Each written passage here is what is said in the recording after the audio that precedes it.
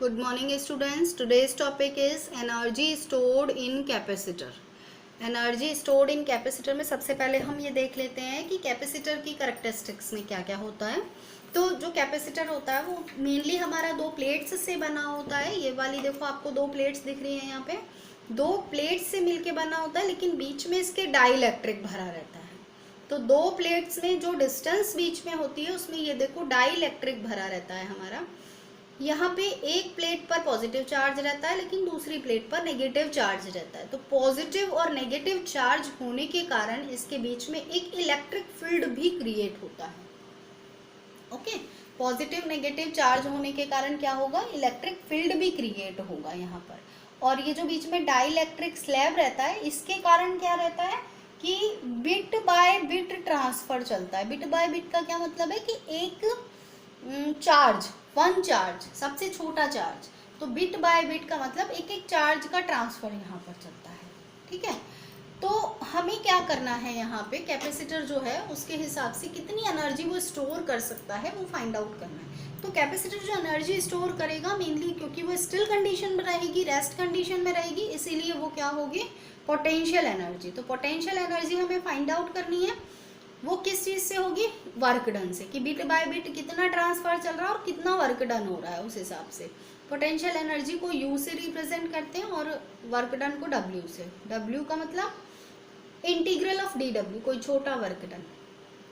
यहाँ पे work done is equals to हमारे पास पोटेंशियल डिफरेंस इनटू चार्ज, और क्योंकि बिट बाय बिट चार्ज है तो डी क्यू लेंगे, यानी छोटा चार्ज है हमारे पास में।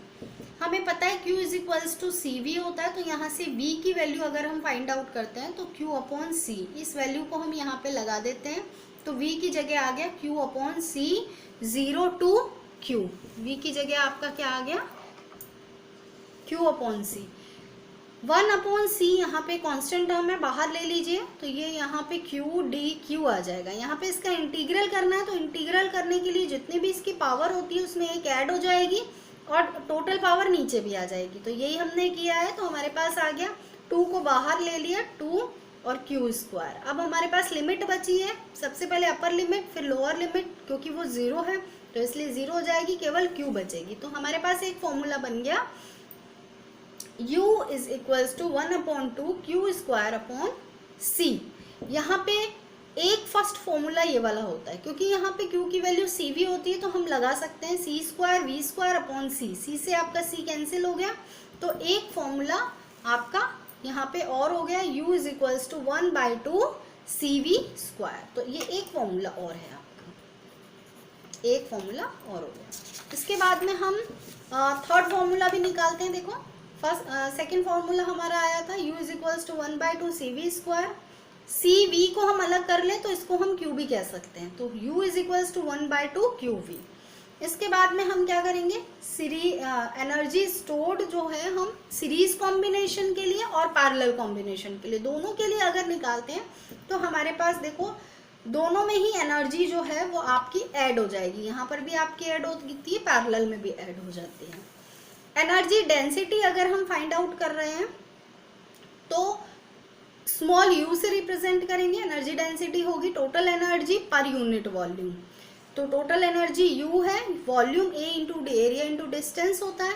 u की वैल्यू अभी हमने निकाली 1/2 Q स्क्वायर अपॉन C रख देंगे, 1/AD साइड में।